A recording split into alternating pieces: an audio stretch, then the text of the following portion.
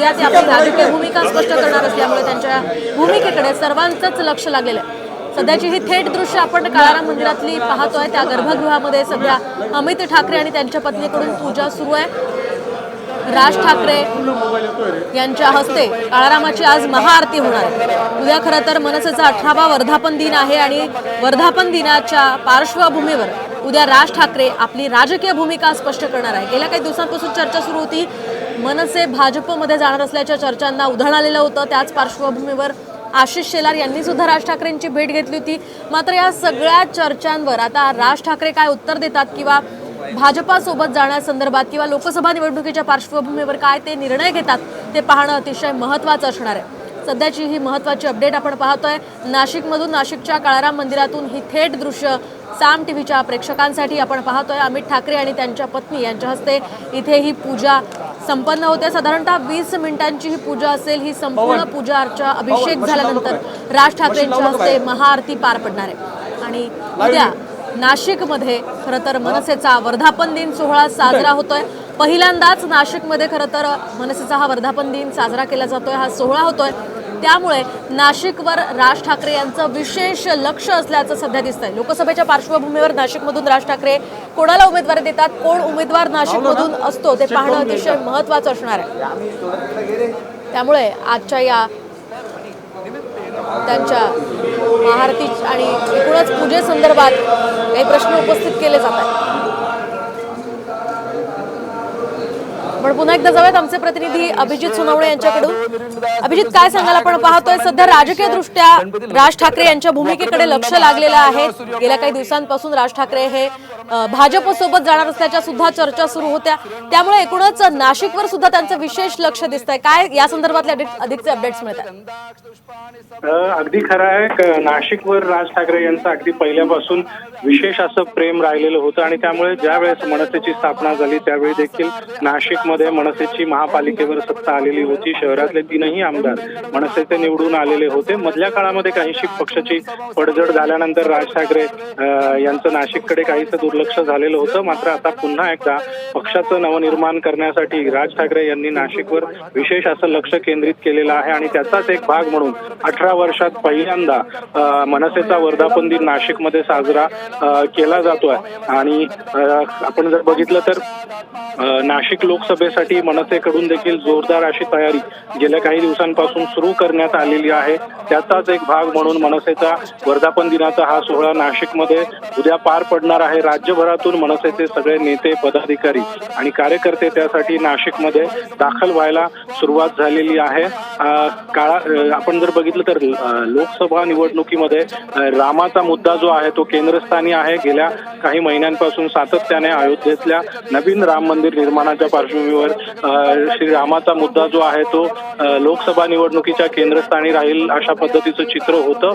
अयोध्येमध्ये नवीन राम मंदिर त्या ठिकाणी निर्माण झालेलं आहे, तर दुसरीकडे नाशिकमध्ये जे पुरातन असं काळाराम मंदिर आहे ते देखील सध्या राजकारणाचा केंद्रबिंदू ठरलेला आहे। कारण पंतप्रधान नरेंद्र मोदी असतील, पाठोपाठ उद्धव ठाकरे, राज ठाकरे आणि पुढच्या आठवड्यात राहुल गांधी देखील या ठिकाणी काळाराम मंदिरामध्ये दर्शनाला येणार आहे। श्री रामरायाच्या चरणी नतमस्तक होणार आहे। त्यामुळे आपण जर बघितलं तर राज ठाकरे यांनी देखील आता नाशिकवर आपलं विशेष असं लक्ष केंद्रित केलेलं सध्या पाहायला मिळतंय आणि त्याचाच एक भाग म्हणून त्यांचा हा संपूर्ण 3 दिवसाचा दौरा जो आहे त्याची आखणी करण्यात आलेली आहे। काळाराम मंदिरामध्ये दर्शन, महाआरती आणि अभिषेक पूजा झाल्यानंतर Raj Thackeray पदाधिकाऱ्यांसोबत hotel express in मध्ये एक बैठक देखील घेणार आहेत आणि नेमकं उद्याचा जो वर्धापन दिन आहे त्यामध्ये कुठले प्रश्न राज ठाकरे हे प्रामुख्याने त्याची चर्चा करतील किंवा महाराष्ट्रामध्ये सध्या ज्या पद्धतीचं राजकारण सुरू आहे त्यावर देखील राज ठाकरे यांच्याकडून भाष्य केलं जाण्याची शक्यता आहे। आपण जर बघितलं तर नाशिकमध्ये मनसेकडून जे बॅनर्स लावण्यात आलेले आहेत त्यामध्ये प्रस्थापित म्हणजे सत्ताधारी आणि इतर पक्षांवर मोठ्या प्रमाणात आसूड ओढण्यात आलेले आहेत। अयोध्येत ज्याप्रमाणे प्रभू श्री राम आले त्याच पद्धतीने महाराष्ट्रात देखील महाराष्ट्राचे राज आले पाहिजेत अशा पद्धतीचे आशय अनेक बॅनर्सवर आपल्याला पाहायला मिळतात. अगदी महाराष्ट्राच्या जनतेच्या मनातील भावी मुख्यमंत्री असा देखील उल्लेख अनेक बॅनर्सवर राज ठाकरे यांचा करण्यात आलेला आहे. त्यामुळे मनसेकडून आता लोकसभा निवडणुकीच्या पार्श्वभूमीवर संपूर्ण तयारी जी आहे ती अतिशय जोरात सुरू असल्याचं आपल्याला पाहायला मिळतं.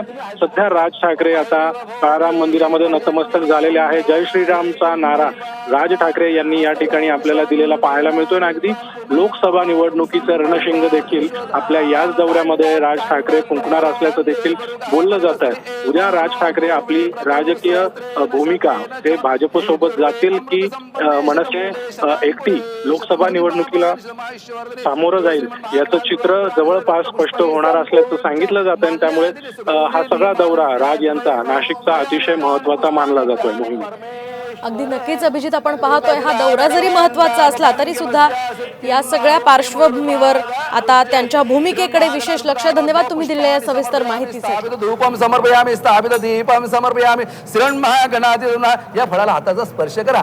ओम प्राणाय स्वाम अपानाय स्वाम व्यानाय स्वाम उदानाय स्वाम समानाय स्वाम ब्रह्मणे नमः. नैवेद्यम समर्पयामि हस्तप्रक्षांसरि मुखप्रक्षांसरि करोदनार्दे चंदनम समर्पयामि वीणा भूगिलो ताम्रदास्मान् दक्षिणां समर्पयामि. ओम एकदन्ताय विद्महे वक्रतुण्डाय धीमहि तन्नो दन्ति प्रचोदयात्.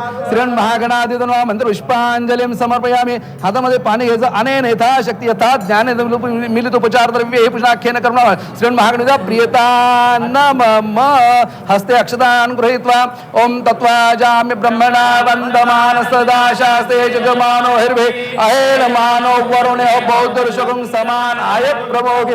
ओम मुरुणायन्मा ध्यायामि आवाहयामि. ओम मुरुणायन्मा सकलोपचारार्थे गन्धाक्षत पुष्पाणि समर्पयामि. ओम मुरुणायन्मा पूर्वे ऋग्वेदायन्मा ऋग्वेदं पूजयामि. दक्षिणे यजुर्वेदायन्मा यजुर्वेदं पूजयामि. पश्चिमे सामवेदायन्मा सामवेदं पूजयामि. उत्तरे अथर्ववेदायन्मा अथर्ववेदं पूजयामि. तुम्ही हळदी कुंकू वा. ओम मुरुणायन्मा सकलोपचारार्थे गन्धाक्षतानि सौभाग्य द्रव्यानि समर्पयामि. ओम मुरुणायन्मा स्थापित धूपम समर्पयामि स्थापित दीपम समर्पयामि. ओम मुरुणायन्मा याला फळाला हाताचा हात लावा. ओम प्राणाय स्वाम अपानाय स्वाम व्यानाय स्वाम उदानाय स्वाम समानाय स्वाम ब्रह्मणे नमः. ओम मुरुणायन्मा नैवेद्यम समर्पयामि हस्तप्रक्षांसरि मुखप्रक्षांसरि करोदनार्दे चंदनम समर्पयामि वीणा भूगिलो ताम्रदास्मान् दक्षिणां समर्पयामि.